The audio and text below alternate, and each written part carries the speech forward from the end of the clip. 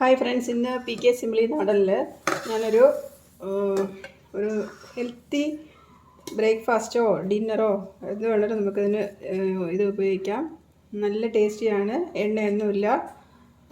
ഗോതമ്പിലല്ല ചെയ്തിട്ടുള്ളത്, അരിയിലാണ് ചെയ്തിട്ടുള്ളത്. അപ്പോൾ നമ്മുടെ കേരള മട്ട റൈസിൽ ഒരു കപ്പ് അരിയിൽ നമുക്ക് ഒരു നേരത്തെ ഒരു 3 പേർക്ക് ഒരു നേരത്തെ ആഹാരം ഒരു 250 ഗ്രാമിൻ്റെ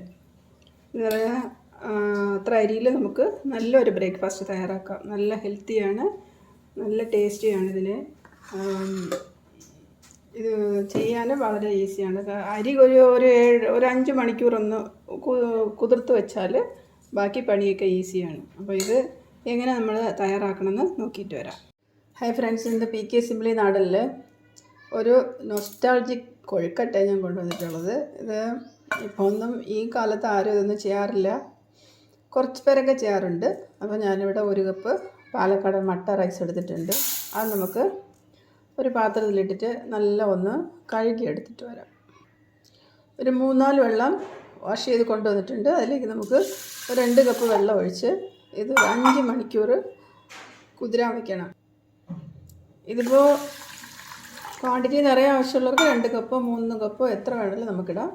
ഇപ്പോൾ ഞങ്ങൾക്ക് കുറച്ച് ആവശ്യമുള്ളൂ, അതുകൊണ്ട് ഞാനിവിടെ 1 കപ്പ് ഇട്ട് നല്ല ഫുള്ള് വെള്ളം ഒഴിച്ച് അതിൻ്റെ ഡബിൾ ഇരട്ടി വെള്ളം ഒഴിച്ചിട്ട് വെച്ചിട്ടുണ്ട്. ഇതിന് കുതിർന്ന് വരണമായിരിക്കും. ഒന്ന് വെയിറ്റ് ചെയ്യാം. നമ്മൾ കുതിരാനിട്ട് വെച്ച മട്ട റൈസ് നല്ലോണം കുതിർന്ന് വന്നിട്ടുണ്ട്. ഇനി ഇതിനെ നമുക്ക് ഈ വെള്ളം ഊറ്റിയെടുക്കാം.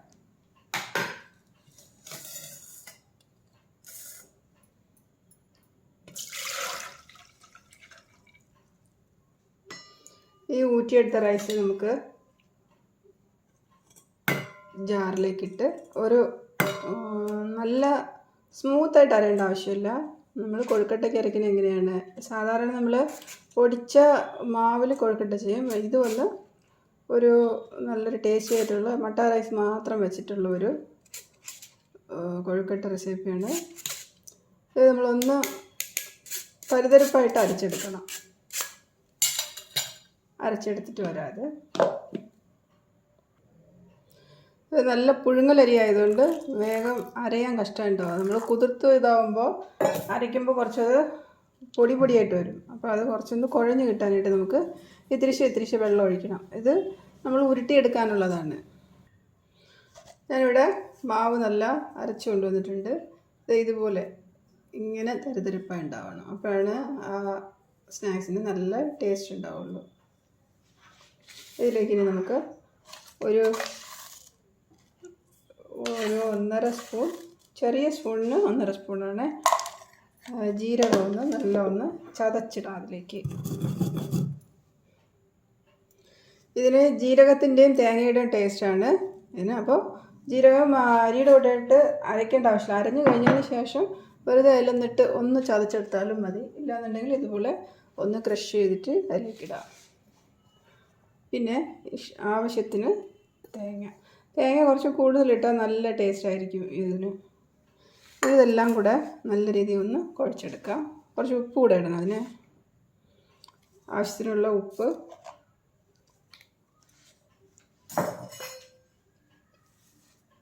എന്നിട്ട് ഇതെല്ലാം കൂടെ മിക്സായിട്ട് വരുന്നതുപോലെ ഒന്ന് നല്ല കുഴയ്ക്കണം. കുഴയ്ക്കുമ്പോൾ തീരെ ഡ്രൈ ആയിട്ടിരിക്കുകയാണെങ്കിൽ ഒരല്പം വെള്ളം നമുക്ക് ചേർക്കാം. കാരണം ഇത് ഉരുട്ടിയെടുക്കാനുള്ളതാണ്. ചെറിയ ഉരുളകളായിട്ട് ഉരുട്ടിയെടുക്കണം.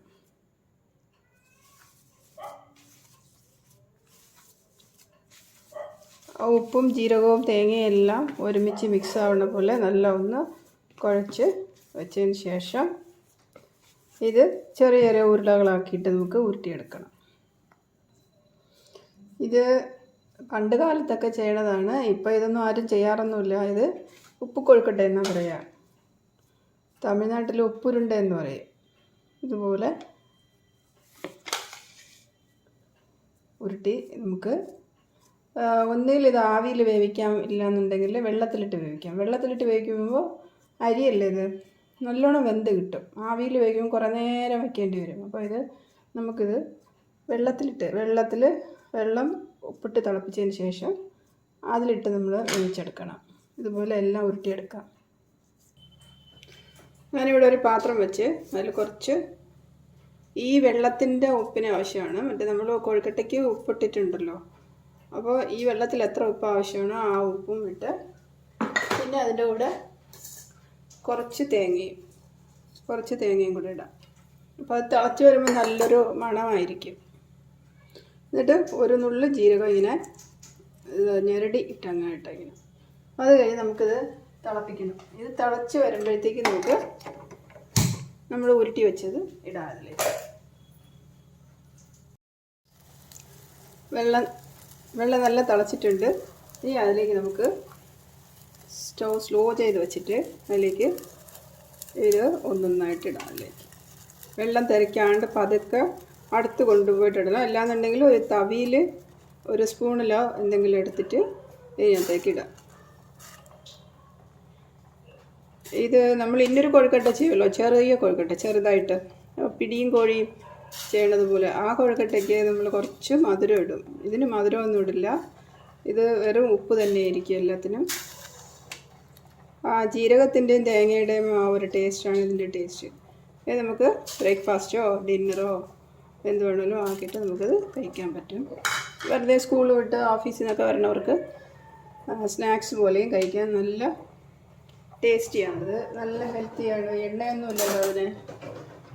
സാധാരണ വെള്ളത്തിലിട്ട് വേവിച്ചെടുത്ത് ഇതിൻ്റെ കൂടെ എന്തെങ്കിലും കൂട്ടാനോ ഇല്ലാന്നുണ്ടെങ്കിൽ വെറുതെ കഴിക്കാൻ തന്നെ നല്ലതാണ്. നല്ല ഒരു ഹെൽത്തി ഫുഡാണ് അത്.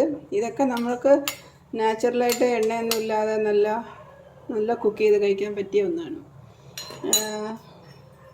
ഇനി ഇത് നല്ലോണം ഒന്ന് തിളച്ച്, ഇനി ഇത് ഫാസ്റ്റായിട്ട് വയ്ക്കാം. നല്ലോണം ഒന്ന് തിളച്ച് കുറച്ചൊന്ന് ഒരു 10 മിനിറ്റ് ആകുമ്പോഴത്തേക്ക് ഇത് വെന്ത് കിട്ടും. ഇത് നമ്മൾ മൂടി വയ്ക്കാൻ പാടില്ല, മൂടിയെല്ലാം പൊങ്ങിപ്പോവും. അതുകൊണ്ട് നമ്മൾ തുറന്ന് വെച്ച് തന്നെ വേവിക്കണം. കൊഴുക്കട്ടയിട്ടൊന്ന് തിളച്ച് കഴിഞ്ഞാൽ പിന്നെ നമുക്ക് സ്റ്റൗ സ്ലോ ചെയ്ത് വയ്ക്കാം. അങ്ങനെ വെന്ത് വന്നോളും. ഇത് നമ്മൾ അരച്ച മാവല്ലേ ഇത്. അപ്പോൾ അതിൽ ഒഴിക്കുന്ന വെള്ളം ഒരുപാട് വറ്റിപ്പോവാണെങ്കിൽ കുറച്ച് ചൂടുവെള്ളം പിന്നീട് ഒഴിച്ചിട്ട് ഒന്ന് ലിക്വിഡ് ഡൈലൂട്ട് ചെയ്യാം നമുക്ക്. ഇല്ലാന്നുണ്ടെങ്കിൽ ഇതെല്ലാം കൂടെ കട്ടയായിട്ട് അടിയിൽ പിടിച്ചു പോകും. അതും സ്റ്റീൽ പാത്രത്തിലൊക്കെ ആകുമ്പോൾ.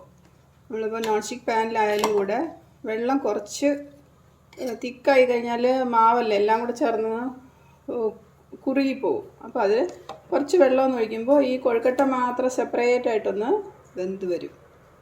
ഏകദേശം വെന്ത് കഴിഞ്ഞിട്ടുണ്ട്. ഇനി നമുക്കിത് നോക്കാം.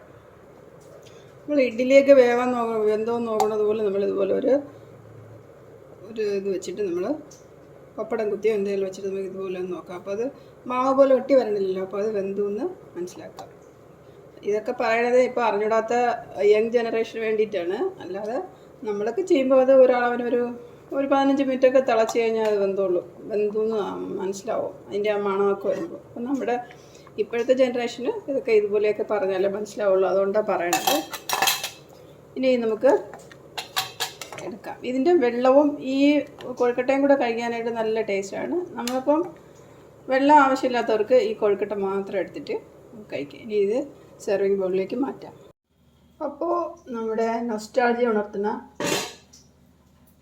നല്ല ഒരു കൊഴുക്കട്ട ഇവിടെ റെഡി ആയിട്ടുണ്ട്. ഇതുപോലെ എല്ലാവരും ഒന്ന് മട്ട റൈസിൽ ചെയ്താലേ നല്ല ടേസ്റ്റ് ഉണ്ടാവുള്ളൂ. അതില്ലാത്തവർക്ക് സാധാ പച്ചരിയിൽ നമുക്ക് ചെയ്യാം. നല്ല ടേസ്റ്റിയാണ്, നല്ല ഹെൽത്തിയാണ്. ഇത് കഴിച്ചിട്ടുള്ളവർക്കെല്ലാം അതിൻ്റെ ടേസ്റ്റ് മനസ്സിലാവും.